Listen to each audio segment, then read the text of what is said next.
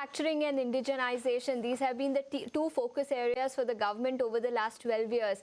Given that the base has now been set, what will the next decade look like for Indian equity markets in that sense? See, again, India is so what government has done over last 12 years is that first create plug all the loopholes or fix a lot of legacy issues in some of reforms. And now on that foundation, you build the growth story, right? Now, the growth story is very wide and diversified. We have a growth story in terms of indigenization, which is in form of manufacturing, self-reliance.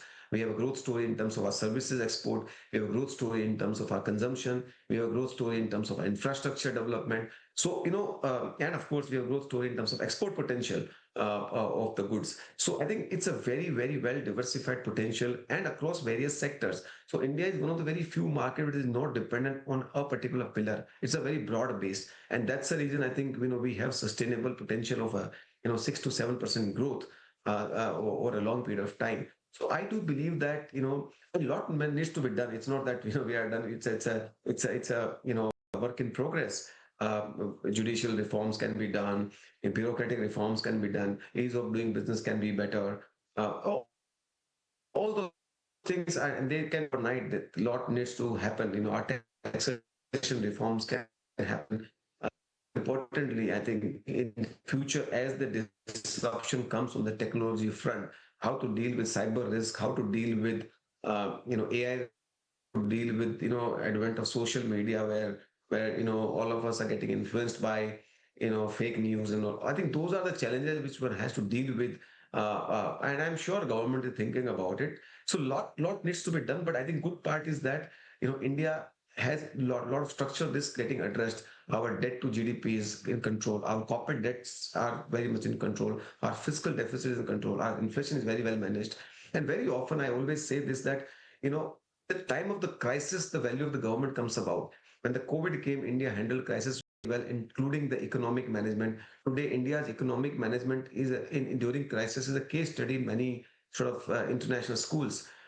In Ukraine war, the government's firm stance to import Russian oil and manage our inflation and economy very well was a great bold move. If that did not happen, our economy would be in a very different situation. So I think government also not only plays a big role in a normal time, but in times of crisis, it becomes one far more important role. So I think so far government has done very well, and our stature globally has kind of risen significantly, and that only can help us in terms of achieving our objective of increasing prosperity at the country level. What we have also seen is the kind of emphasis on many of the manufacturing sectors or key news areas which is there. Do you see that, these sectors now will become the sectors of the future going forward, and the composition of how investment happens, if last 2 decades have been about services and financials, the next decade may be on some of the new areas of manufacturing? Absolutely. I think, see, India's manufacturing GDP is only 15-16%. Government has put an ambitious target of 25%. Of course, it's very ambitious. But I think, unless you put high ambition, how it will happen. And India, country of this size, needs to have self-reliance. We cannot be importing toys and, from small things to large things and, being dependent on other countries. So we need to build those capability. And of course, it will start with a particular set of capability and eventually progress. When we did auto components 25 years ago, today we are fairly self-reliant on that space and exporting. Same way it can be played out in many spaces. And as the growth happens, scope for innovation builds, companies are able to then invest into R&D. And so I think it's a continuum, it's a journey.